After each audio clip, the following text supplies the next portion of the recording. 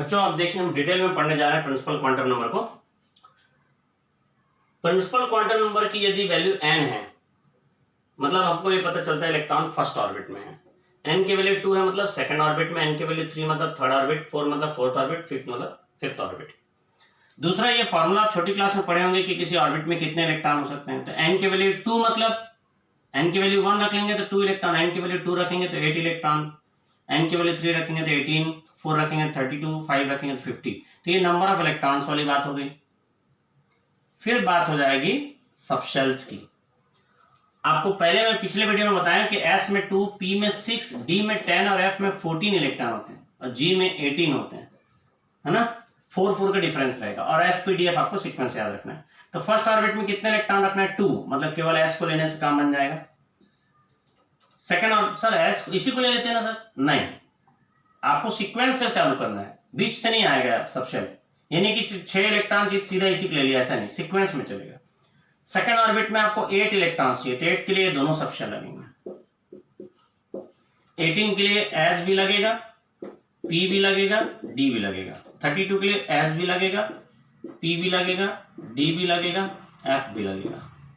और इसके लिए S, P, D, F, G इस तरीके से होगा। ठीक है, तो आप देखिए फर्स्ट ऑर्बिट में केवल एक सबशेल है S, दूसरे में S और P है, तीसरे में SPD है, चौथे में SPD है, पांचवें में SPDF। मतलब जो प्रिंसिपल क्वांटम नंबर की वैल्यू है उतने ही टाइप के सबशेल है। n की वैल्यू 1 तो केवल एक टाइप का सबशेल, n की वैल्यू 3 तो 3 टाइप के सबशेल, n की वैल्यू 4 तो 4 टाइप के सबशेल, और 5 तो 5 टाइप के, तो 6 तो 6 टाइप के सबशेल, और 7 तो 7 टाइप के सबशेल्स होते हैं। मतलब जितना प्रिंसिपल क्वांटम नंबर होता है उतने टाइप के सबशेल्स होते हैं। अच्छा, दूसरी बात, मैं आपको पिछले वीडियो में बताया था कि एक ऑर्बिटल में 2 इलेक्ट्रॉन्स होते हैं। एक ऑर्बिटल में कितने इलेक्ट्रॉन होते हैं? 2 इलेक्ट्रॉन होते हैं। तो 6 इलेक्ट्रॉन के लिए 3 ऑर्बिटल्स रखना। 6 इलेक्ट्रॉन के लिए 3 ऑर्बिटल, 8 इलेक्ट्रॉन्स के लिए 4 ऑर्बिटल, ठीक है। 10 इलेक्ट्रॉन्स के लिए 5 ऑर्बिटल्स, मतलब जितने इलेक्ट्रॉन उसका हाफ ऑर्बिटल्स। तो यदि नंबर ऑफ इलेक्ट्रॉन का फॉर्मूला ये है तो नंबर ऑफ ऑर्बिटल का फॉर्मूला इसका हाफ, मतलब ये नहीं हो जाएगा भाई इतने इलेक्ट्रॉन की फॉर्मूला है, इसका just half number of orbital होगा। तो मतलब नंबर ऑफ ऑर्बिटल इलेक्ट्रॉन के लिए फॉर्मूला 2n स्क्वायर है, तो नंबर ऑफ ऑर्बिटल के लिए n स्क्वायर है। मतलब 1 का स्क्वायर 1, 2 का स्क्वायर 4, 3 का स्क्वायर 9, 16, 25। तो ये नंबर ऑफ ऑर्बिटल के लिए फॉर्मूला हो गया। ठीक है, तो नंबर ऑफ ऑर्बिटल भी आपको पता चल, मतलब आपको डायरेक्ट देखिए आप ऐसा भी गिन सकते हैं, जैसे सेकेंड ऑर्बिट में कौन कौन से सबशेल है? S और P। ठीक है, S में एक ऑर्बिटल होता है बताया हूं, P में 3 ऑर्बिटल होता है बताया हूं। तो इसको गिन के 1 2 3 4 आप बोल सकते हैं 4। फिर इस फॉर्मूले का क्या मतलब है? तो भैया ट्रिक आपको पता चल रहा है कि किसी सबशेल में, किसी ऑर्बिट में कितने ऑर्बिटल हो सकते हैं, तो आपको ये जानने की जरूरत नहीं कि कौन कौन से सबशेल है। कायदे से ये भी बहुत सरल, कोई बहुत बड़ी चीज थोड़ी बता रहा हूं। फर्स्ट ऑर्बिट में एक सबशेल, दूसरे में 2 सबशेल, तीसरे में 3 टाइप के, चौथे में 4 टाइप के, पांचवें में 5 टाइप के, छठवें में 6 और सातवें में 7 टाइप के। अभी तक जितने एटम खोजे गए हैं, जितने एलिमेंट्स खोजे गए हैं, उनमें से किसी में भी 7 से ज्यादा ऑर्बिट नहीं है, तो 7 से ज्यादा टाइप का सबशेल नहीं है। अब आपको पूछ रहे हैं ऑर्बिटल कितने, तो आपको सीधा n स्क्वायर से निकाल लेना है कि कितने ऑर्बिटल हैं। ठीक है, n स्क्वायर निकालोगे। बाकी ऐसा गांव टाइप निकालना है तो आप गांव टाइप का निकालो कि S में 1 होता है, P में 3 होता है और D में, जैसे S सबशेल में एक ऑर्बिटल होता है, P में 3 ऑर्बिटल होता है, D में 5, तो जोड़े 5 3 प्लस 9 आ रहा है कि नहीं 9। तो गांव टाइप इसको जोड़ेंगे तो डायरेक्ट फार्मूलास क्यों नहीं बनाएंगे ये।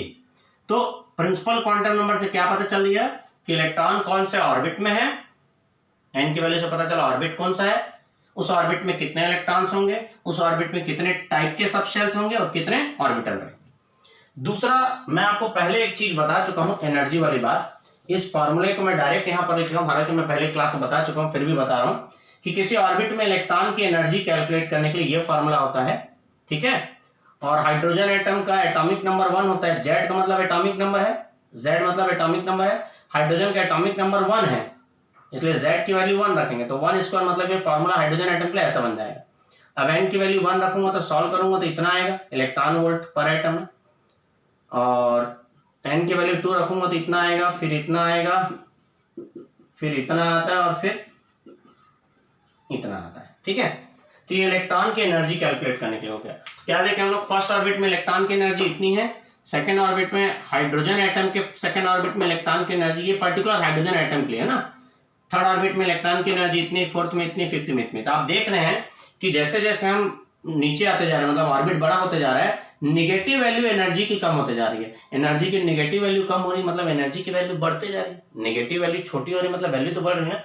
तो मतलब प्रिंसिपल क्वांटम नंबर की वैल्यू बढ़ने से ऑर्बिट बड़ा होता जाता है और इलेक्ट्रॉन की एनर्जी बढ़ती जाती है। निगेटिव वैल्यू कम हो रही मतलब एनर्जी बढ़ती जाएगी। दूसरी खास बात आप देखें कि पहले और दूसरे के बीच गैप ज्यादा है, लगभग 10 के आसपास। दूसरे के और तीसरे के बीच में 1.5 के आसपास, फिर 0.7 के आसपास, फिर 0.3 के आसपास। मतलब जैसे जैसे ऑर्बिट बड़ा होता जा रहा है, दो ऑर्बिट के बीच का एनर्जी गैप कम होता जाता है। ये बहुत इंपॉर्टेंट चीज है, ध्यान देंगे।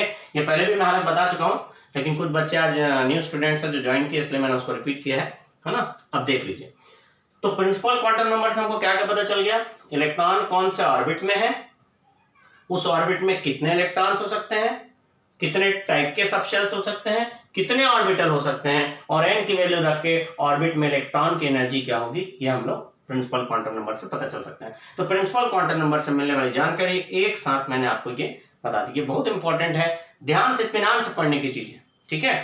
अभी मैंने आपको प्रिंसिपल क्वांटम नंबर के से मिलने वाली जानकारी के बारे में बताया। नेक्स्ट क्लास में मैं आपको एजीमुथल क्वांटम नंबर और बाकी क्वांटम नंबर से रिलेटेड बातें बताऊंगा। उसको डेप्थ में अच्छे से पढ़ना है, और अगर कोई दिक्कत होगा तो आपको पूछना है। दूसरी बात यह है, कल संडे है, सैटरडे के बाद संडे आता है, तो संडे की क्लास में हम लोग कॉम्पिटिटिव एग्जाम के लिए जो टॉपिक्स हैं उसको पढ़ेंगे बोले थे। तो जो कुछ क्वेश्चंस हैं फर्स्ट चैप्टर के, जो केवल कॉम्पिटिटिव एग्जाम के काम के हैं, वो मैं आपको संडे की क्लास में कल के डेट में बताऊंगा, ठीक है। और मंडे से फिर ये चैप्टर आगे कंटिन्यू करेंगे, ठीक। चलिए देखते हैं मंडे को। कल तो कॉम्पिटिटिव के लिए फिर से मिलते हैं, कल के लिए कॉम्पिटिटिव एग्जाम के क्वेश्चंस, ठीक है। चलिए।